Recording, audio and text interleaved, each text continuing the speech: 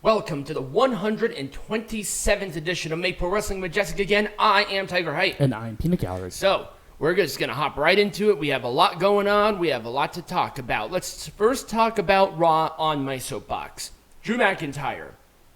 Did he join Judgment Day, or is he just aligned with Judgment Day, like what Carlito is with the LWO?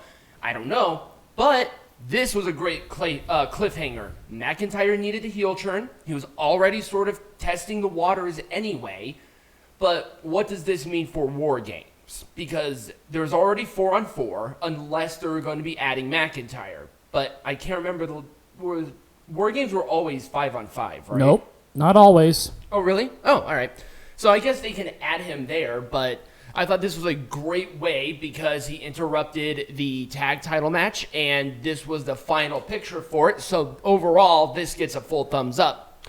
Really, nothing here stood out to me as like that big grandiose match, unfortunately. I mean, it was an acceptable show, but it wasn't exceptional. So it wasn't like a Raw to go out of your way and watch. It just felt like a Raw.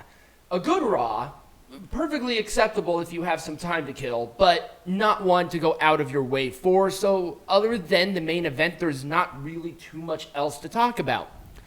NXT, oh, and by the way, I totally forgot, Raw got 1.467 million instead of 1.522, and it was a 0.44 demo instead of a 0.47, so it went down in both.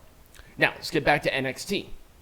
NXT had 703,000 watch instead of 794, and a 0.21 instead of a 0.26. So 2 shows, 2 downs. Not sure if that's a good or a bad thing, but we're just going to roll with it because I like this show. I actually enjoyed this NXT more than Raw. I thought the main event between Wesley and Baron Corbin was good.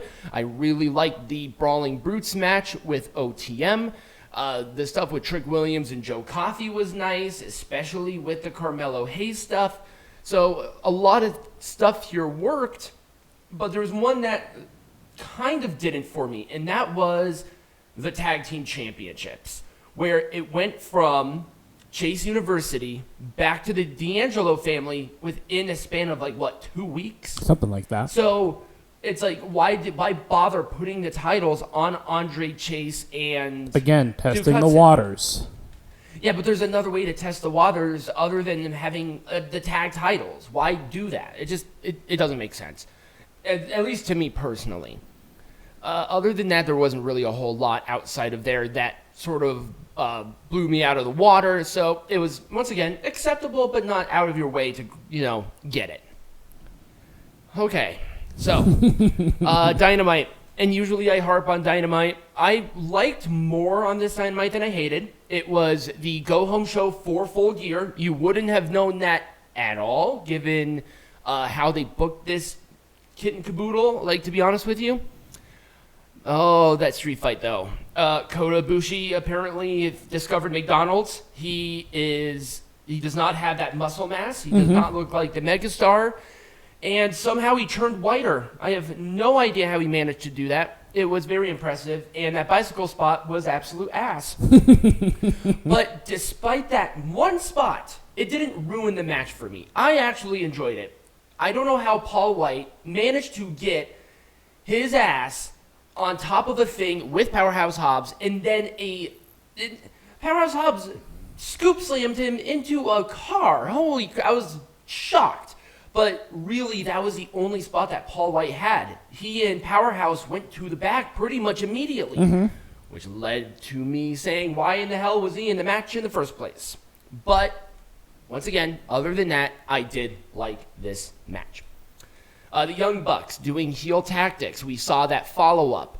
The Guns faced jobbers. There was a lot of jobber matches. I wasn't a big fan of that either. The Swerve and Hangman Page segment was good. It was very good, and I think with the match, it sort of fit. MJF segment meant absolutely nothing. He said nothing. He did nothing. And the show itself had 823,000 instead of 804, and it was a 0.28 demo instead of a 0.27, but usually go-home shows tend to have bigger ratings anyway. But that was really it for Dynamite. Let's go into Impact. Once again, I don't have numbers for this one, and the main event was Will Ospreay and Josh Alexander. It was a good match. I enjoyed it. There were people who had a problem with the Sonny Kiss and Trinity match. Do you people realize that Sonny Kiss is gender fluid? Right. They can face anybody pretty much under those circumstances. Yep. And yeah, I get it, biological, but guess what? It's pro wrestling. It is violent theater. You can literally have Trish Stratus wrestle Andre the Giant, and they can make it work somehow. Right. And Sonny Kiss just happens to make it work because Sonny Kiss is of a smaller disposition. So it works perfectly well. Yeah, and they actually had a fun... I like this match. I thought it was a perfectly acceptable match. Sonny Kiss was one of those stars they were really touting within AEW very early on. But then they just sort of lost interest. We'll talk about the shiny objects that Tony Khan likes. We will. ABC took on Kenny King and Shelton John for the Impact World Tag Team Champions, but I guess this was Kenny King's final match with Impact Wrestling. He was granted his release. The Rascals have a new member. His name is Myron Reed. He's from MLW. I called him the Token Black, and I stand by that because he is. I did not know he was part of the Rascals at all. They were talking about it like he's always been there. News to me. But there you go. And they faced off against a bunch of luchadors, including Juventud Guerrera. So that was kind of interesting. Of all the shows so far, this one had by far the best match. But it's this match. There you go. SmackDown. Last week they got 2.119, and what I'm hearing from early... I heard they got a big bump. Yep, I heard the same thing. So, which is surprising considering this was the weekend where they went up against Collision head-to-head. And Collision fell on his face and did absolutely horrendous. It was not good. I also didn't watch Collision. Once again, quality of life improvement.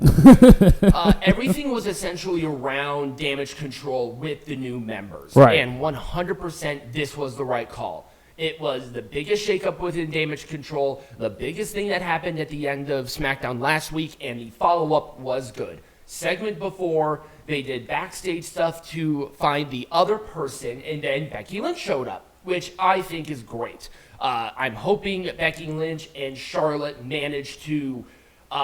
keep things professional?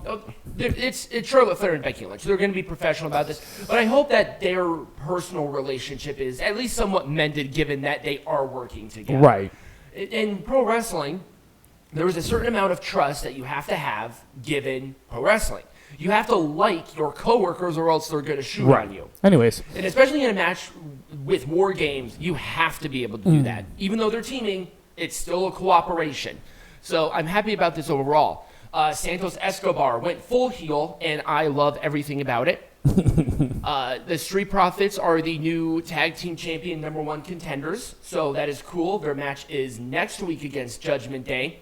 I'm hoping that they will be okay with this because Street Profits just turned heel, new theme, new attitude, and they're winning matches. And then you automatically put them with Judgment Day, who are pretty much the most over thing on Raw. Right. Unless the Street Profits are going to win this, this is not going to be good. Well, I think this might be the moment where they split the tag team champions back up. Oh, I didn't even think about that. So maybe they're only going for the SmackDown tag team champions. As of right now, it's for Undisputed. Right. And they but tried to do that with the Usos, where the Usos would defend the Raw tag team champions and then the SmackDown tag team champions. Right. I wonder if this is going to be a more permanent split, but you never know. You never know.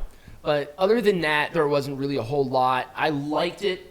LA Knight and Jimmy Uso had a fine match, but really there wasn't that. Oh, and Dragon Lee and Axiom just had a freaking great match, too. That was a very good match. So a very pleasant SmackDown. I really like this SmackDown. And finally, NWA Powerrr. It was from the 14th. EC3 took on Talos for the NWA World Heavyweight Champion. We had Colby Corino defending the Junior Heavyweight Champion and Pretty Empowered defending the Tag Team Champion. So a lot of title matches in a structured show that I liked. The one thing that I have to say is that the NWA added somebody new, a throwback of sorts. Paul Burchill is joining. Yeah, Blast from the Past. I haven't seen Paul Burchill in like 10 years. Yeah, so he is joining. I guess he's joining the Spectaculars, but essentially that's his way to get into the NWA. But I like this. They are continuing to promote the territory system. I kind of wish they would flesh it out a little bit more, but it is what it is. I like Talos. He is a good big man wrestler, and EC3 has dumb tattoos. I'm sorry, he just has lines. It's so weird. I don't get it. But it's his body, his choice, I guess, right? Yep. But really, that was it. That's really my soapbox for this week. Peanut Gallery, what are we talking about? Well, we're going to talk about Tony Khan's shiny new toys because I'm getting sick of it. You are? Yeah, I am too.